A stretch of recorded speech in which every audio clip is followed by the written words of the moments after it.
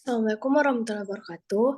Baik, kali ini kami akan mempresentasikan proyek kedua dari tugas mata kuliah RPLO atau Rekayasa Perangkat Lunak Objek.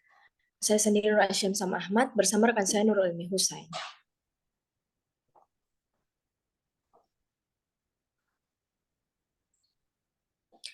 Pada proyek kedua ini, yaitu kita menganalisa dan membuat pemodelan tentang problem area dari spesifikasi kebutuhan pengguna aplikasi sistem yang berjalan terhadap studi kasus dari proyek pertama kita.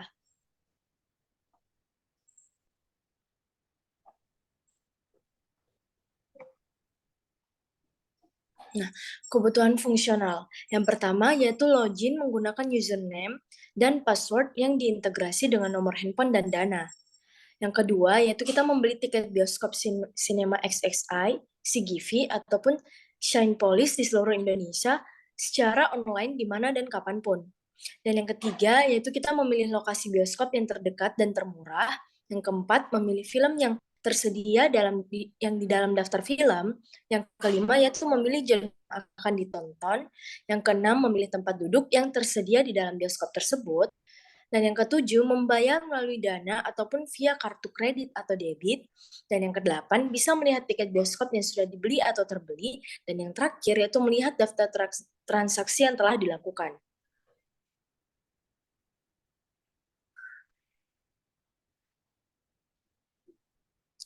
Nah, untuk kebutuhan non-fungsionalnya, yang pertama yaitu user interface. Di mana TixID menggunakan desain yang praktis dan mudah untuk digunakan. Yang kedua itu installability, maintainability, sangat mudah diinstal dan menggunakan memori yang cukup kecil. Yang ketiga itu ada security. Dan yang keempat, menggunakan sistem pembayaran yang aman. Yang kelima, batasan-batasan, yaitu ada untuk anak dengan usia lebih 2 tahun diharuskan membeli tiket, tidak dapat membeli tiket jika habis, dan tidak dapat memilih tempat duduk jika berjauhan, yaitu diharuskan membeli tempat bersebelahan jika membeli 2 atau lebih tiket bioskop.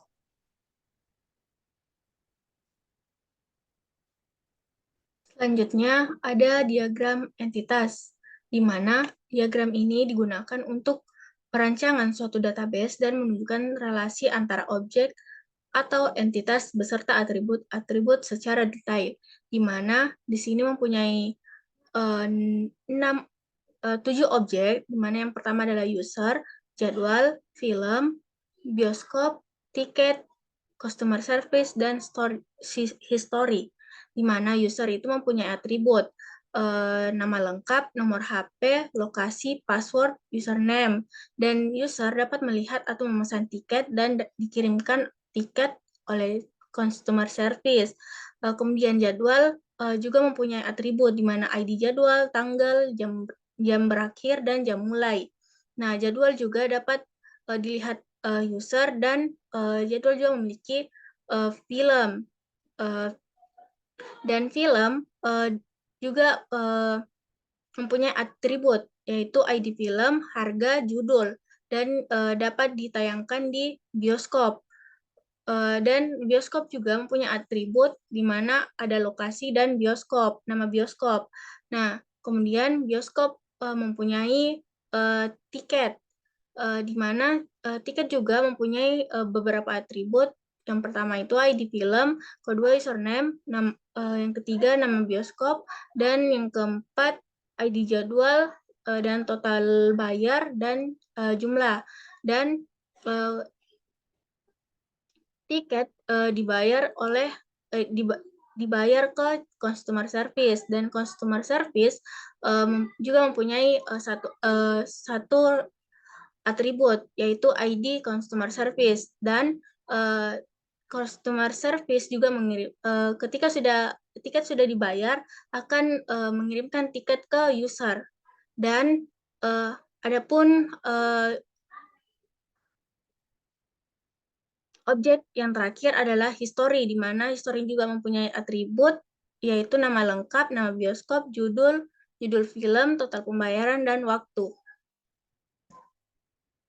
Selanjutnya ada diagram konteks, di mana diagram konteks adalah salah satu level yang ada di data flow yang biasanya digunakan untuk menetapkan konteks serta batasan sistem pada sebuah pemodelan. Salah satu tugasnya untuk melakukan penyimpanan data eksternal lain, di mana user mempunyai data, yaitu data registrasi, login, nama lengkap, nomor HP, lokasi, dan password.